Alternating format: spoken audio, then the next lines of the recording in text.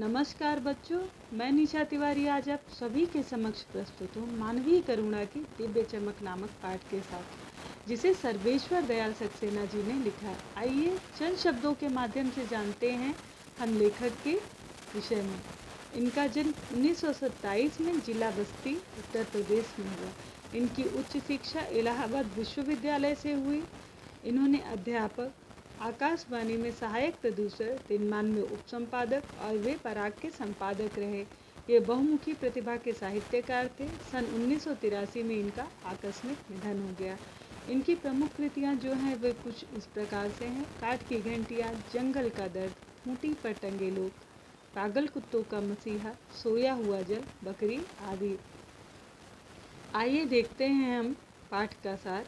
प्रस्तुत पाठ में लेखक ने फादर बुल्के के जीवन का चित्रांकन किया है। यह पाठ जो है लेखक ने फादर बुल्के की स्मृति में लिखा है। फादर बुल्के का जन्म बेल्जियम के रैम्प चैपल में हुआ। उन्होंने इंजीनियरिंग की पढ़ाई छोड़ने के बाद पादरी बनने का विधिवत शिक्षा ली। भारतीय संस्कृति के प्रभाव में आकर वे भारत आ गए और उन्होंने भारत को अपनी कर्मभूमि के रूप में चुना। बुल्के के पिता जो थे वे व्यवसायी थे। एक भाई पादरी था तथा दूसरा भाई परिवार के साथ रहकर कार्य करता था। उनकी एक बहन भी थी जिसने बहुत दिन बाद शादी की। माँ की उन्हें बहुत याद सताती थी। उनकी चिट्ठियाँ अक्सर उनके पास आती रहती थी।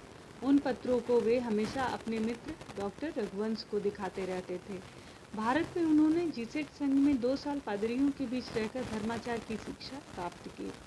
9 से 10 वर्ष दार्जिलिंग में रहे, अध्ययन का कार्य किया। कोलकाता में रहकर बीए तथा इलाहाबाद से उन्होंने एमए की परीक्षा उत्तीर्ण की। हिंदी से उनका अत्यधिक लगाव रहा। उन्होंने प्रयाग विश्वविद्यालय से सन 1950 में शोध प्रबंध, रामकथा उत्पत्ति और विकास लिखा। रांची के सेंट जेवियर्स कॉलेज में उन्होंने हिंदी एवं संस्कृत विभाग के विभागाध्यक्ष के रूप में कार्य किया। बुल्के ने मातरलिंग के प्रसिद्ध नाटक ब्लू बर्ड का रूपांतर नीला पक्षी के नाम से किया। बाइबल का हिंदी अनुवाद तथा एक हिंदी अंग्रेजी कोश भी तैयार किया। वे भारत रहते हुए अपनी जन्मभूमि बेल्जियम बस 2-4 बार ही गए। लेखक का परिचय बुल्के से इलाहाबाद में हुआ, जो कि दिल्ली आने पर भी बना रहा। लेखक उनके महान व्यक्तित्व से बहुत प्रभावित थे। लेखक जिससे उनके पारिवारिक संबंध बन गए। उनकी चिंता हिंदी को राष्ट्रभाषा देखने के रूप में थी।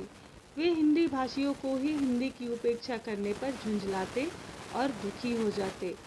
लेखक की पत्नी और बेटे की मृत्यु पर बुल्के द्वारा सांत्वना देती हुई पंक्ति में लेखक को अनोखी शांति प्रदान की। फादर बुल्के की मृत्यु दिल्ली में जहरबाद नामक बीमारी से पीड़ित होने से हुई।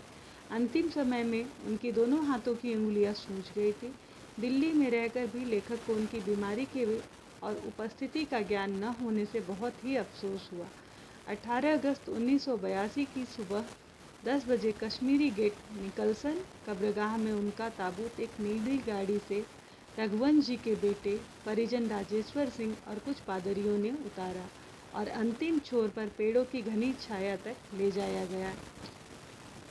वहां उपस्थित लोगों में जैनेन्द्र कुमार, विजयेंद्र स्नातक, डॉक्टर निर्मला जैन, इलाहाबाद के प्रसिद्ध वैज्ञानिक डॉक्टर सत्यप्रकाश, डॉक्टर रघुवंश, मसीही समाज के लोग और पादरीगण थे।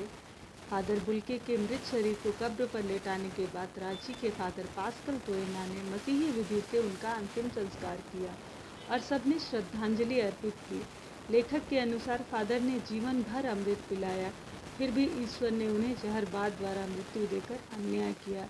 लेखक फादर को ऐसे सघन वृक्ष की उपमा देता है जो अपनी घनी छाया, फल, फूल और गंध से सबका होने के बाद भी सर्वश्रेष्ठ थे। धन्यवाद। आपका यह पाठ यहीं पर समाप्त होता है।